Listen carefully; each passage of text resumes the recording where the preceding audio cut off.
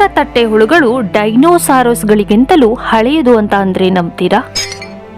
300 million ವರ್ಷದ ಇತಿಹಾಸ. ಒಂದೇ ಬಾರಿ 1500 ಮೊಟ್ಟೆಗಳನ್ನ ಇಡಬಲ್ಲ ಈ ಜೀವಿಯ ರಹಸ್ಯವೇನು ಗೊತ್ತಾ? ಮೊಟ್ಟೆಗಳಿಂದ ಹೊರಬರುವ ಮರಿ ತಟ್ಟೆ ಹುಳುವಿನಂತೆ ಕಾಣೋದೇ ಇಲ್ಲ.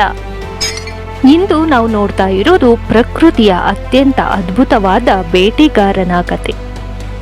ಒಂದು ಸಣ್ಣ ಕೀಟದಂತೆ ಕಾಣುವ ಈ ಜೀವಿ ಡೈನೋಸಾರಸ್ಗಳಿಗಿಂತಲೂ ಹಳೆಯ ವಂಶಕ್ಕೆ ಸೇರಿದೆ ಅಂದ್ರೆ ನಂಬ್ತೀರಾ?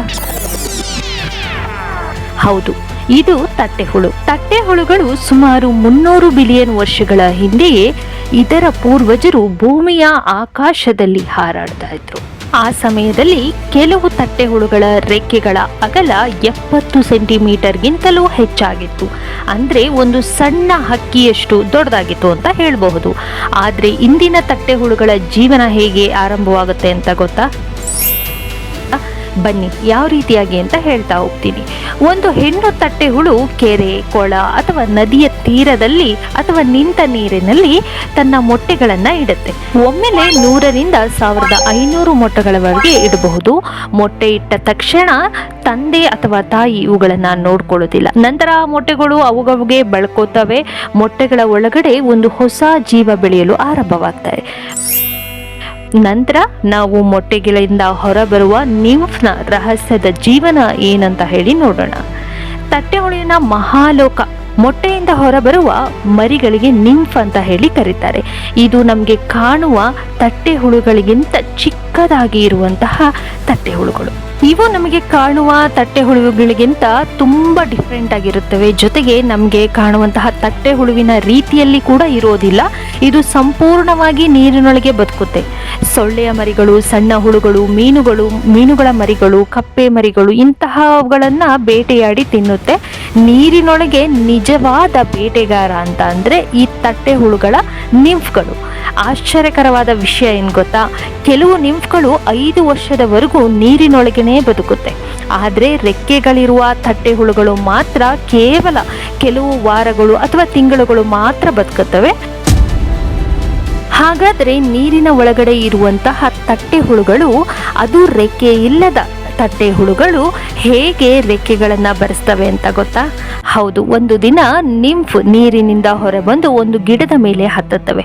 ಅದರ ಹಳೆಯ ಚರ್ಮ ನಿಧಾನವಾಗಿ ಒಡೆಯಲು ಆರಂಭವಾಗುತ್ತೆ. ಕೆಲವೇ ಕ್ಷಣಗಳಲ್ಲಿ ಅದರೊಳಗಿಂದ ರೆಕ್ಕೆಗಳಿರುವ ಹೊಸ ತಟ್ಟೆಹುಳುಗಳು ಬರುತ್ತವೆ. ಪ್ರಕೃತಿಯ ಈ ರೂಪಾಂತರ ನೋಡೋದಕ್ಕೆ ನಿಜಕ್ಕೂ ಆಶ್ಚರ್ಯವಾಗುತ್ತೆ. ರೆಕ್ಕೆಗಳು ಗಟ್ಟಿಯಾದ ತಕ್ಷಣ ಅದರ ಜೀವನದ ಮೊದಲ ಹಾರಾಟ ಆರಂಭವಾಗತ್ತೆ. ತಟ್ಟೆಹುಳುವಿನ ಮಹಾಲೋಕ ಇಷ್ಟೇ ಅಲ್ಲ. ತಟ್ಟೆಹುಳುವಿನ ಕಣ್ಣುಗಳು ಪ್ರಕೃತಿಯ ಅದ್ಭುತವಾದ ಇಂಜಿನಿಯರ್ ಅಂತ ಹೇಳಬಹುದು. ಒಂದು ಕಣ್ಣಿನಲ್ಲಿ ಅದು ಸುಮಾರು 40,000 ಸಣ್ಣ ಲೆನ್ಸ್ಗಳು ಇರುತ್ತವೆ. ಆದ್ದರಿಂದ ಇದು ಮುಂದೆ, ಹಿಂದೆ, ಮೇಲೆ, ಕೆಳಗೆ ಸುಮಾರು 360 ಡಿಗ್ರಿಯಲ್ಲಿ ನೋಡಬಹುದು. ಅಂದರೆ ಅರ್ಥ ಮಾಡ್ಕೊಳ್ಳಿ, ನಾವು 180 ಡಿಗ್ರಿ ನೋಡಿದ್ರೆ ಅದು ನಮ್ಮ ಹಿಂದೆ ಮುಂದೆನೂ ಕೂಡ ಒಂದೇ ಜಾಗದಲ್ಲಿ ನೋಡ್ತಾ ಇದೆ ಅಂತ ನಾವು ಅಂದ್ಕೊಂಡ್ರೆ, ಅದು 360 ಡಿಗ್ರಿಯಲ್ಲಿ ಅದು ನೋಡುತ್ತೆ ವಾತಾವರಣವನ್ನು. ಯಾವ ರೀತಿಯಾಗಿ ಅದರ ಕಣ್ಣು ಇರಬಹುದು ಅಂತ ಹೇಳಿ ನೀವೇ ಊಹಿಸ್ಕೋಬಹುದು. ಬರೀ ಇದರ ಕಣ್ಣಿನ ಆಶ್ಚರ್ಯ ಅಲ್ಲ, ಇದರ ಹಾರಾಟದ ಸಾಮರ್ಥ್ಯವು ಕೂಡ ತುಂಬಾ ವಿಶೇಷ.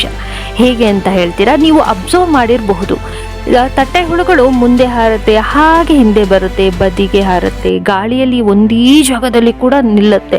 ಅದು ಎಷ್ಟು ಗಾಳಿ ಬಂದರೂ ಅದು ಒಂದೇ ಜಾಗದಲ್ಲೇ ಕೂರುತ್ತೆ. ನಿಮ್ಗೆ ಆಶ್ಚರ್ಯ ಆಗಿರ್ಬೋದು. ಇಂತಹ ಸಾಮರ್ಥ್ಯವನ್ನು ಹೊಂದಿರುವುದು ತುಂಬಾ ವಿಶೇಷ ಈ ತಟ್ಟೆಹುಳುಗಳು. ಒಂದೇ ಬಾರಿ ಮುಂದೆ ಹಾರಬಹುದು, ಹಿಂದೆ ಹಾರಬಹುದು, ಬದಿಗೂ ಹಾರಬಹುದು. ಆದರೆ ಗಾಳಿಯಲ್ಲಿ ಒಂದೇ ಜಾಗದಲ್ಲಿ ನಿಲ್ಲೋದಿದೆಯಲ್ಲ, ಅದು ವಿಶೇಷವಾದಂತಹ ಸಾಮರ್ಥ್ಯ ಈ ತಟ್ಟೆಹುಳುಗಳಿಗೆ ಮಾತ್ರ ಇರುವಂತಹದ್ದು.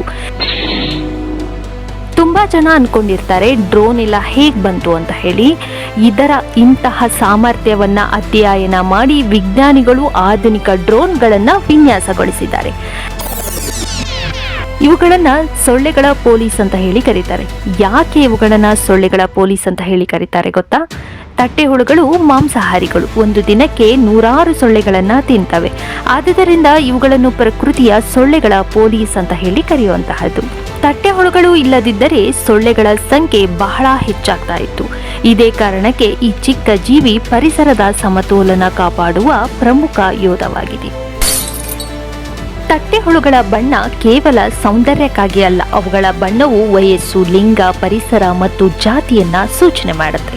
ಕೆಲವು ಬಣ್ಣಗಳು ಶತ್ರುಗಳಿಂದ ರಕ್ಷಣೆ ನೀಡುತ್ತವೆ, ಕೆಲವು ಸಂಗಾತಿಗಳನ್ನ ಆಕರ್ಷಿಸಲು ಸಹಾಯ ಮಾಡುತ್ತೆ. ಕೆಂಪು ತಟ್ಟೆಹುಳುಗಳು ಅತ್ಯಂತ ಆಕರ್ಷಕ ಜಾತಿಗಳಲ್ಲಿ ಒಂದು. ಕೆಂಪು ತಟ್ಟೆಹುಳುಗಳು ಸಾಮಾನ್ಯವಾಗಿ ಹೆಚ್ಚು ಕೆಂಪು ಬಣ್ಣವನ್ನ ಹೊಂದಿರುತ್ತೆ. ತಮ್ಮ ಪ್ರದೇಶವನ್ನ ಕಾಪಾಡಿಕೊಳ್ಳಲು ತುಂಬಾ ಆಕ್ರಮಣಕಾರಿ ಇತರ ಗಂಡು ತಟ್ಟೆಹುಳುಗಳನ್ನು ಓಡಿಸುತ್ತವೆ. ಇದನ್ನು ರಕ್ತದ ಬಣ್ಣದ ಯೋಧ ಅಂತ ಹೇಳಿ ಕೆಲವೊಮ್ಮೆ ಕರೆಯಲಾಗುತ್ತೆ. ನೀಲಿ ಬಣ್ಣದ ತಟ್ಟೆಹುಳುಗಳು ಅತ್ಯಂತ ಸುಂದರವಾದ ಜಾತಿಯಲ್ಲಿ ಸೇರಿವೆ. ಸ್ವಚ್ಛ ನೀರಿನ ಪ್ರದೇಶದಲ್ಲಿ ಹೆಚ್ಚಾಗಿ ಕಂಡುಬರುತ್ತವೆ. ವೇಗವಾಗಿ ಹಾರುತ್ತವೆ, ಉತ್ತಮ ದೃಷ್ಟಿಶಕ್ತಿಯನ್ನ ಹೊಂದಿವೆ. ನೀಲಿ ಬಣ್ಣವು ಶತ್ರುಗಳಿಂದ ತಪ್ಪಿಸಿಕೊಳ್ಳಲು ಸಹ ಸಹಾಯ ಮಾಡುತ್ತೆ. ಕೆಲವು ಜಾತಿಯಲ್ಲಿ ವಯಸ್ಸಾದಂತೆ ನೀಲಿ ಬಣ್ಣವು ಕೂಡ ಹೆಚ್ಚಾಗುವ ಸಂಗತಿಗಳು ಜಾಸ್ತಿ. ಮರಗಳು ಮತ್ತು ಗಿಡಗಳ ನಡುವೆ ಸುಲಭವಾಗಿ ಮರೆಯಾಗುವ ಹಸಿರು ತಟ್ಟೆಹುಳುಗಳು ಅತ್ಯುತ್ತಮ ಬೇಟೆಗಾರರು. ದೊಡ್ಡ ಕಣ್ಣುಗಳು ಮತ್ತು ಬಲವಾದ ದವಡೆಗಳನ್ನು ಹೊಂದಿವೆ. ಇವುಗಳ ಹಸಿರು ಬಣ್ಣ ಪ್ರಕೃತಿಯಲ್ಲೇ ಒಂದು ಕ್ಯಾಮೋಫ್ಲೇಜ್ ಆಗಿ ಕೆಲಸ ಮಾಡುತ್ತೆ. ಬಲಿಷ್ಠ ಜಾತಿಯಲ್ಲಿ ಒಂದಾದ ಕಪ್ಪು ತಟ್ಟೆಹುಳುಗಳು ಸೂರ್ಯನ ಶಾಖವನ್ನು ಬೇಗ ಹೀರಿಕೊಳ್ಳುತ್ತವೆ. ಬೆಳಗ್ಗೆ ಬೇಗ ಚುರುಕಾಗುತ್ತವೆ. ಕಪ್ಪು ಬಣ್ಣವು ಶೀತ ಪ್ರದೇಶದಲ್ಲಿ ಬದುಕಲು ಸಹಾಯ ಮಾಡುತ್ತೆ. ಕೃಷಿಕ ಸ್ನೇಹಿತ ಎಂದೇ ಕರೆಯಬಹುದಾದ ಹಳದಿ ತಟ್ಟೆಹುಳುಗಳು ಹೊಲಗಳು ಮತ್ತು ಕೃಷಿ ಪ್ರದೇಶದಲ್ಲಿ ಹೆಚ್ಚಾಗಿ ಕಾಣಿಸಿಕೊಳ್ಳುತ್ತವೆ. ಹಾನಿಕಾರಕ ಕೀಟಗಳನ್ನ ತಿನ್ನುತ್ತೆ ರೈತರಿಗೆ ಪರೋಕ್ಷವಾಗಿ ಸಹಾಯ ಮಾಡುತ್ತವೆ. ಚುರುಕು ಬೇಟೆಗಾರ ಆದ ಕಿತ್ತಳೆ ಬಣ್ಣದ ತಟ್ಟೆಹುಳುಗಳು ಸೂರ್ಯನ ಬೆಳಕಿನಲ್ಲಿ ಅತ್ಯಂತ ಸುಂದರವಾಗಿ ಹೊಳೆಯುತ್ತವೆ. ಉಷ್ಣ ಪ್ರದೇಶದಲ್ಲಿ ಹೆಚ್ಚಾಗಿ ಕಂಡುಬರುವ ಈ ಕಿತ್ತಳೆ ಬಣ್ಣದ ತಟ್ಟೆಹುಳುಗಳು ಸಂಜೆಯ ಸಮಯದಲ್ಲಿ ಇವುಗಳ ಬಣ್ಣ ಇನ್ನಷ್ಟು ಆಕರ್ಷಕವಾಗಿ ಕಾಣುತ್ತೆ. ಕೆಲವೊಮ್ಮೆ ಕಣ್ಣಿಗೆ ಕಾಣದಷ್ಟು ಚೆನ್ನಾಗಿ ಪರಿಸರದ ಜೊತೆ ಬೆರೆತು ಹೋಗುವ ಕಂದು ತಟ್ಟೆಹುಳುಗಳು ಒಣ ಪ್ರದೇಶದಲ್ಲಿ ಬದುಕಬಲ್ಲವು.